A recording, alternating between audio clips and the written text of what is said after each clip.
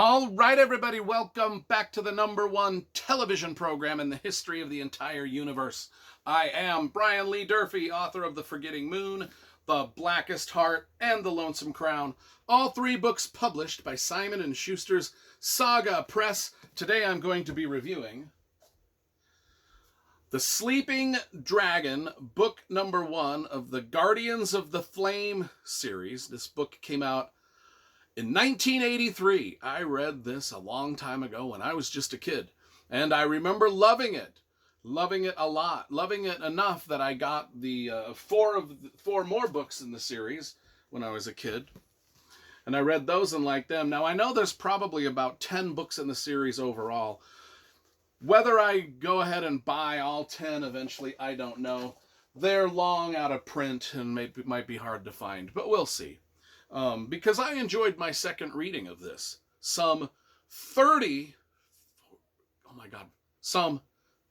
This is depressing. Some 40 years later, I am rereading this. Oh my, I'm so old. I am so old. And this book is too, apparently, I guess. I don't know. It's got an old-timey cover. Let's talk about the covers first, because you know I love graphic design and cover illustration. This has a great cover by the classic fantasy artist Daryl K. Sweet, who did all of the Robert Jordan original Wheel of Time covers. This is actually one of my favorite covers of his. I really like the little dwarf with the axe, the little the guy, the big burly barbarian guy, the wizard, and the girl, and the dragon. The dragon is dope, and then the castle in the background is just a cool cover from the 80s. And there's a map in here too somewhere. I know there is one. Yes, there's a map of our fantasy land and a character list. So what is this book about? Well, this is your typical modern day Dungeons and Dragons group that gets transported into the game that they're playing, and they end up in a magical fantasy land.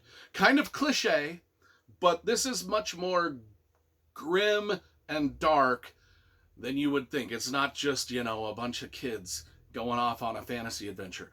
Once they hit the medieval fantasy world that they're gaming in, things go ass over teapot and get pretty bloody violent pretty quick. So let's talk about the characters. That's where this story really is interesting. This is when I was a kid, and the thing is I read this 40 years ago. I kind of still remembered most all of the characters from this book in quite a bit of detail.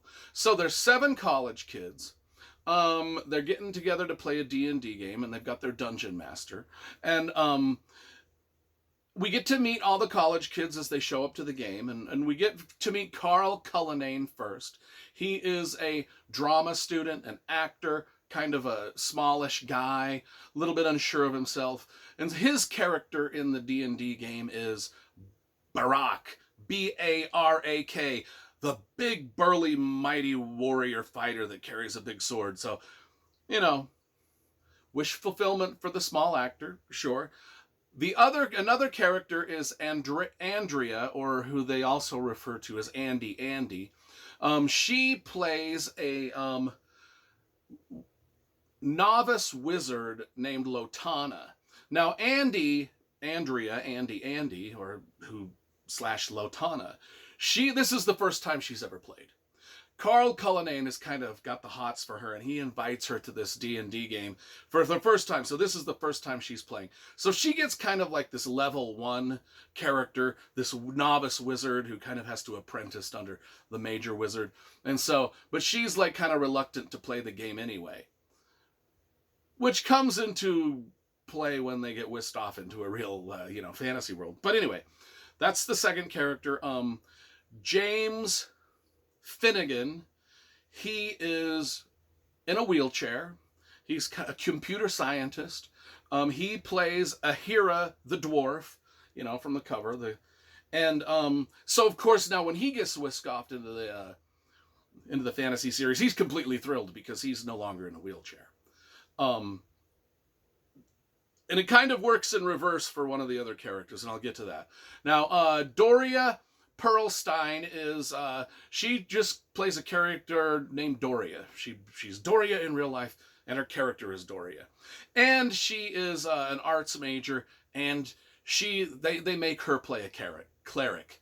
She's like, I don't want to play a cleric. You guys make me play a cleric every time we show up to do these dungeon campaigns. I don't want to be a cleric. And they're all like, yeah, but we really need a cleric for this adventure. We really need one. So you need to be a cleric. And she's like, oh my God, I'll play the cleric. So she reluctantly plays the cleric again, like she does in every game. Walter Slavotsky, he, in real life, he is very tall, dark, and handsome, a ladies' man. He's just smooth and suave and cool. He plays Akeem the Thief. In fact, he is thief number one. Thief number one. And then we've got Jason Parker, who is Littlefingers. He is thief number two. And this is where there's a twist where, Jason Parker, he's a history major. He's kind of a smart ass.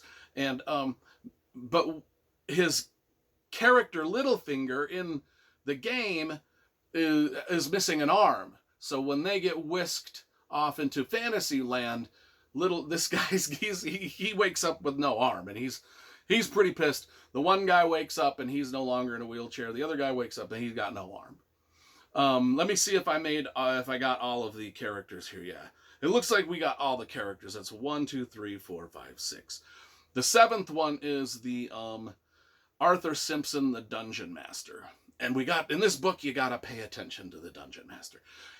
They're never up to any good. Never up to any good. So anyway, these guys, they start to play their game. They end up getting magically transported into this fantasy realm. And I'm telling you, one of these characters meets a pretty bloody, grim end right from the start. Surprising. And I remember when I was a kid reading this being quite surprised, because it was one of my favorite characters. I was like, oh, I like this one. This one's gonna be my favorite for the whole story. And then, right out the gate. And it's shocking to the other players. It's shocking to them. Because, yeah, they're all in new bodies. They're trying to figure out what's happening. And right from the it just gets bloody right from the get-go. And it stays grim.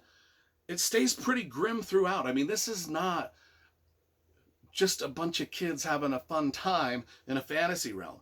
I mean, they end up having to fulfill a quest. Arthur, the Dungeon Master, is kind of doing them dirty a little bit. I mean, there's a gate that they have to find. They have to transfer. They got these magic talismans. They got to transfer things through the gate. They got to find the gate. The gate is being guarded. It's like a portal, a magic portal thing. It's being guarded like by the worst creatures in the whole, dungeon campaign, whatever. And it's full of a lot of grim, dark stuff. It's got betrayal, slavery, dragons, sorcery. Just as these guys go off on this adventure, it is not easy for any of them. And they've all got issues. We've got the one girl who didn't even really want to play the game to begin with. This is her first ever Dungeons and Dragons game, and she's off into a magical land. We got the other girl who, why do I always have to play a cleric? You always make me play a cleric. And now she's got to be a cleric throughout this whole thing. And it's just, it's fun. It's fun to follow these misfits and these people that don't get along, because they really start to not get along with each other throughout this. But, Will they come together in the end and prevail? And the evil dungeon master that's gotten them into this fix, what's going to happen to that guy? Okay, this is a brilliant story. I liked it. I mean, the only thing that I wish is it was longer. But there's sequels. There's all these sequels that Joel Rosenberg wrote. And so I'm going to give this a solid 8.5 out of 10. Just a real delightful, surprising reread for me from, a long time ago.